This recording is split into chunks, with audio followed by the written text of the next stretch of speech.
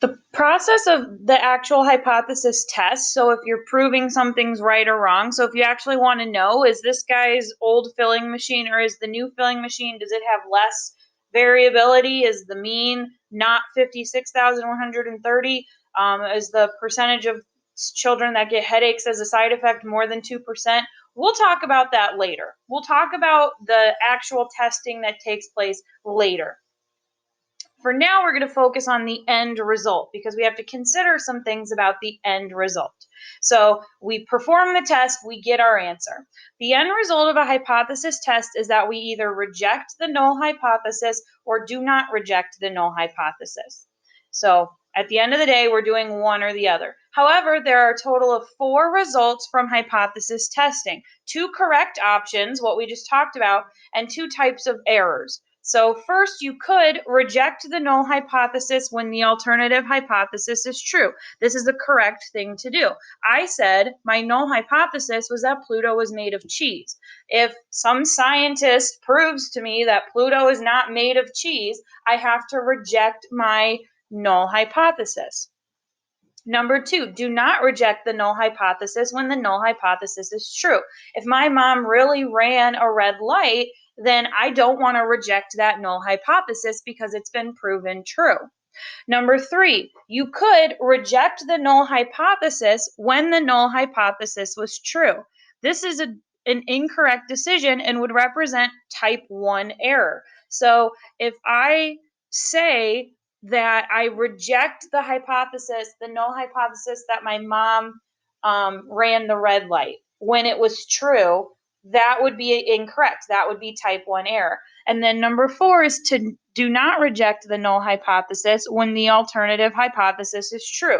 So if a scientist proves to me that Pluto is not made of cheese and I don't reject my original null hypothesis, that's incorrect. I think it's pretty safe to say that Pluto's not made of cheese, though I actually haven't done the research for it. Okay, so this box here is just kind of a representation of those 4 types. So you've got 4 different things going on. It's either, but I would say, okay, is the null hypothesis, which is H sub 0, true, or is the alternative hypothesis true? And then what did we decide to do, reject or not reject? So one of the most basic examples is in a court case. The defendant is innocent until proven guilty. So if nothing changes, then the defendant is innocent. So while judges and juries take their jobs very seriously, sometimes people are wrongly convicted. Let's state the null and alternative hypotheses and explain what a type 1 error would look like and what a type 2 error would look like. So if we're talking about a court case, the null hypothesis, if nothing changes, is that the defendant is innocent. That would be the null hypothesis because you're innocent until proven guilty. So the alternative to that, well, if the defendant's not innocent, then the defendant is guilty. So far, so good. You're either innocent or you're guilty. Okay, let's talk about the 2 correct answers. If H naught is true, meaning the null hypothesis is true, then the defendant is innocent. To be correct, we would not reject the null hypothesis since it has been found to be true. How it is found to be true is the hypothesis testing, the lawsuit taking place, and the evidence being presented to the judge or jury. We're not talking about the process, we're talking about the end result. The second correct answer would be if the alternative was true and we rejected the hypothesis. So the 2 correct ways would be if H naught is true, we do not reject the null hypothesis. And if the alternative hypothesis is true, we would reject the null hypothesis. And if we switch those around, that's what's making this incorrect. And depending on how we switch it around is what type of error. So type 1 error occurs when the null hypothesis is true, but we reject it anyways. So if it's true that the defendant is innocent, but we reject that and we convict them, that's a type 1 error, and that's what this paragraph says. Type 1 error would occur when the null hypothesis is true but is rejected. It would occur if the defendant is innocent but is convicted anyways. Type 2 error occurs when, you can look at this chart, when type 2 error occurs, is when the alternative is true. H1 is true, but we don't reject the null hypothesis. So if the alternative is true, which is that the defendant is guilty, but we don't convict, we don't reject that null hypothesis, that's a type 2 error.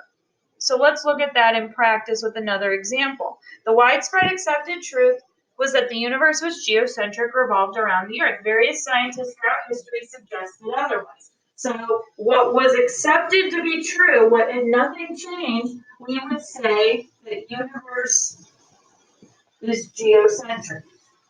And then we have an alternative, which is that the universe is not geocentric. More specifically, that it revolves around the sun, but just in general, that it does not revolve around the Earth. So type 1 error would occur if the universe really did revolve around the Earth and we rejected that theory. So type 1 error would occur if the null hypothesis is true and we reject it. So if the null hypothesis is true that the universe is geocentric and we reject that, that's a type 1 error.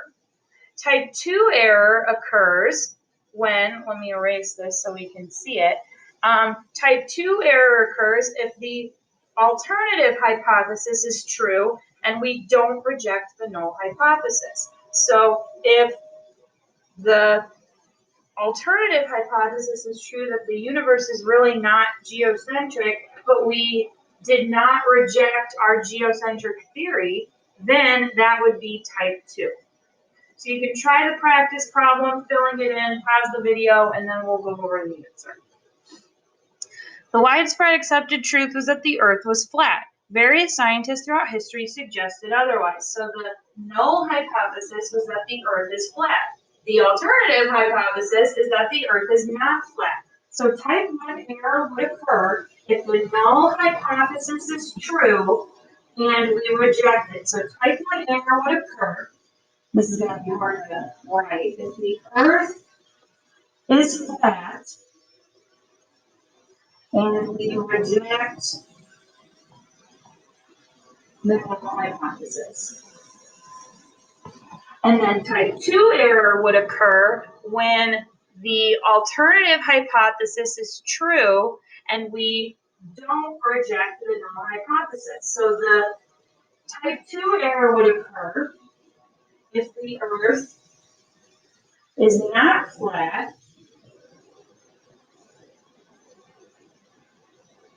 and we don't reject